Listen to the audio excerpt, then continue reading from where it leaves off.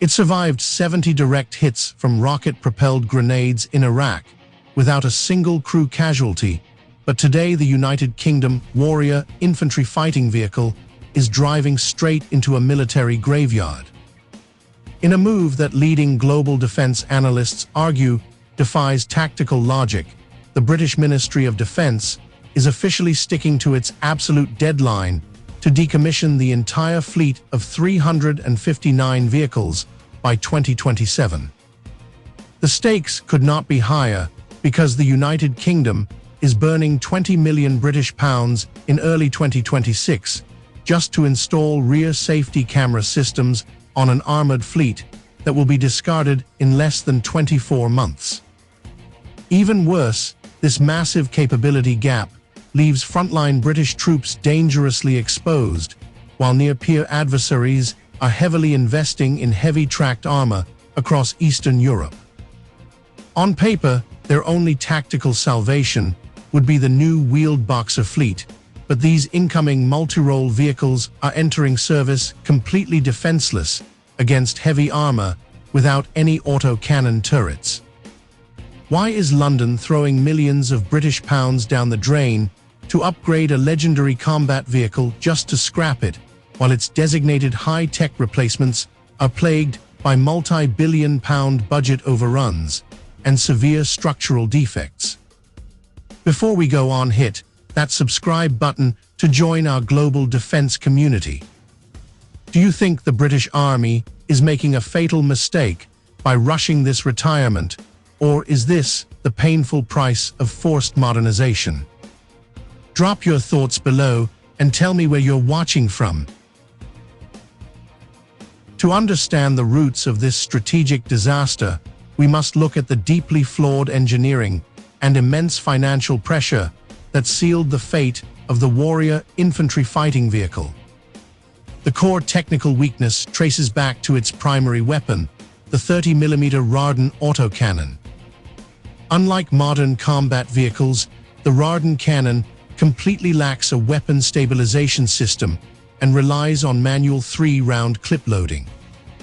In high-intensity warfare, this means a Warrior crew must bring the vehicle to a complete stop to accurately engage a target. In an era dominated by rapid reaction precision, guided munitions, and low-cost kamikaze drones, standing stationary for even 5 seconds renders the vehicle completely vulnerable to instant destruction. Furthermore, the vehicle utilizes a unique 30 by 170mm ammunition type, which is entirely incompatible with any other NATO nation. As the British military downsized over the last decade, manufacturing custom batches of this isolated caliber drove procurement costs to astronomical levels, making it a logistical nightmare. In a desperate attempt to resolve this firepower issue, the Ministry of Defence launched the Warrior Capability Sustainment Project to integrate a modern 40mm stabilized cased, telescoped armament system. However, in March 2021, the government abruptly cancelled the program after wasting £430 million of taxpayer money due to severe integration delays and massive cost overruns. Continuing the project would have required billions more, which the Treasury simply did not have. Instead of fixing a proven platform, London chose to completely discard the Warrior by 2027, abandoning 4 decades of heavy-tracked infantry doctrine. This forced retirement leaves the United Kingdom as the only major Western power completely sacrificing its dedicated tracked infantry fighting vehicle capabilities at a time when traditional armored warfare is dominating continental defense strategies. With the Warrior forced into a rapid retirement, the British Ministry of Defence pinned its tactical hopes on 2 modern replacements, the wheeled Boxer mechanized infantry vehicle and the tracked Ajax scout vehicle. London committed £2.8 billion to procure 623 Boxer platforms, bragging about its unique mission module design, which allows technicians to swap the rear chassis from a troop carrier to a field ambulance in under 60 minutes. The vehicle is incredibly swift on paved highways, reaching top road speeds of 103 kilometers per hour. However, leading defense experts warn that the British infantry carrier variant is entering service armed with only a 12.7mm heavy machine gun on a remote weapon station. Unlike the Warrior, which provided heavy autocannon support to dismounted troops, the Boxer is essentially a highly expensive armored taxi completely incapable of engaging enemy fortified positions or suppression fire. Compounding this firepower crisis is the total collapse of the tracked Ajax program, which was intended to handle reconnaissance alongside the new Challenger 3 main battle tanks. Despite the government spending £5.5 billion British pounds on the Ajax fleet, the project became an absolute nightmare when early trials revealed catastrophic design flaws. The vehicle suffered from severe vibration and excessive acoustic noise inside the hull, causing permanent hearing damage and severe joint swelling to test crews.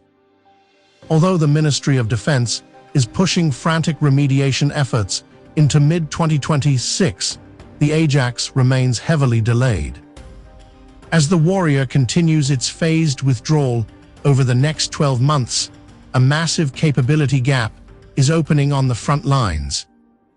In any intense land dispute, British heavy armor units will find themselves severely hindered because wheeled vehicles like the Boxer will struggle in deep mud conditions where the legendary tracked system once dominated.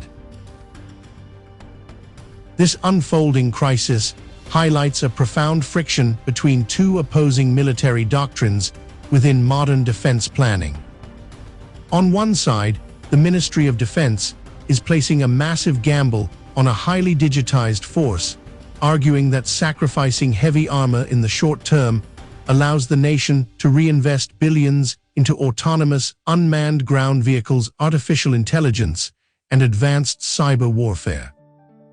On the other side, combat veterans and frontline analysts point to real-world battlefields in Eastern Europe, where multi-million-pound digital assets are instantly neutralized by low-cost electronic warfare and artillery shell saturation.